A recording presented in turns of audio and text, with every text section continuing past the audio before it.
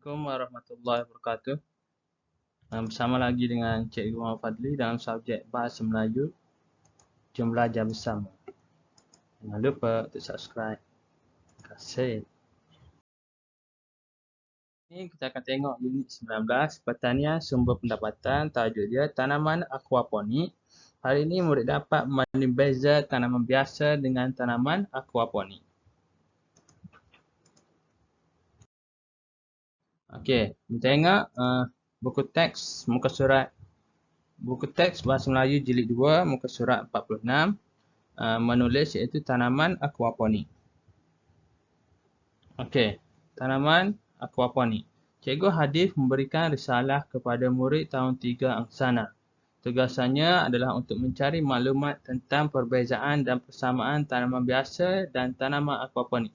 Okey, tanaman biasa memerlukan ruang yang luas, kos RM1000 setiap kali tanaman untuk seekar. Okey, kawalan pokok menggunakan racun. Cara penanaman dan penjagaan menggunakan biji benih, memerlukan siraman pada setiap hari dan penjagaan rapi, memerlukan cahaya matahari. Okey, itu tanaman biasa. Tanaman aquaponik, gabungan tanaman hidroponik dan aquakultur iaitu menerusi tanaman dan ternakan ikan. Tidak memerlukan ruang luas. Okey, kawalan pokok tidak menggunakan racun. Cara penanaman dan penjagaan menggunakan biji benih, memerlukan cahaya matahari, tidak memerlukan siraman dan penjagaan rapi. Kos RM3,500 untuk membeli peralatan. Pembelian sekali sahaja. Okey, kita tengok ni ada peta. Peta pokok. Peta buih berganda. Okey, kita tengok macam mana. Okey, kita tengok. Ni biji benih. Okey, persamaan dia tanaman biasa dan aquaponik, biji benih dan memerlukan cahaya matahari. Okey, perbezaan dia ruang yang luas, menggunakan racun, siraman setiap hari, perlu penjagaan rapi. Okey, aquaponik pula tidak perlu ruang luas, tidak menggunakan racun, tidak memerlukan siraman, tidak memerlukan penjagaan rapi. Okey, itu perbezaan dan persamaan dia. Okey, seterusnya, ni buku teks muka surat 46 sama je. Cuma kita tukar jadi peta buih berganda. Okay, seterusnya, buku aktiviti muka surat 50. Okey, baca dan lengkapkan idea tu. Tanaman organik. Pada suatu hari, Alia melihat bapa akran berkebun. Mereka menanam sayur organik. Okey, Pakcik, apakah keistimewaan tanaman organik? Okey, tanaman organik tidak memerlukan bahan kimia. Oleh itu, kami menggunakan baja organik seperti najis ayam dan cacing tanah.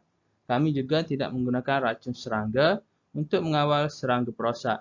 Kami membiarkan kumbang kura-kura pada tanaman itu. Oleh itu, kos tanaman organik lebih murah berbanding dengan tanaman bukan organik. Okey, di rumah. Ini Alia membantu ayahnya berkebun. Okey, ini dialog antara Alia dan ayahnya. Adakah ayah menanam tanaman organik? Tidak, Alia. Ayah menanam tanaman bukan organik. Ayah, boleh terangkan tanaman bukan organik? Tanaman bukan organik menggunakan baja kimia. Untuk mengawal serangga perosak pula, ayah menggunakan racun serangga. Bagaimanakah cara penanaman tanaman organik dan bukan organik? Cara penanaman kedua-dua tanaman ini sama. Kedua-duanya memerlukan biji benih dan cahaya matahari.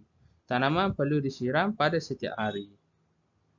Seterusnya, kita tengok buku aktiviti muka surat 51. Okey, tulis perbezaan dan persamaannya. Yang pertama, tanaman organik tidak menggunakan baja kimia. Kemudian, menggunakan baja organik, tidak menggunakan racun serangga. Kos tanaman lebih murah. Okey, menggunakan bahan kimia, menggunakan baja kimia, menggunakan racun serangga, kos tanaman murah. Yang ini lebih murah. Okey, persamaan dia memerlukan biji benih, memerlukan cahaya matahari, perlu disiram setiap hari. Okey, itu saja cikgu nak awak tulis dan jawab soalan yang telah berikan. Tulis dalam buku aktiviti Bahasa Melayu Jilid 2. Itu sahaja untuk hari ini. Sekian, terima kasih.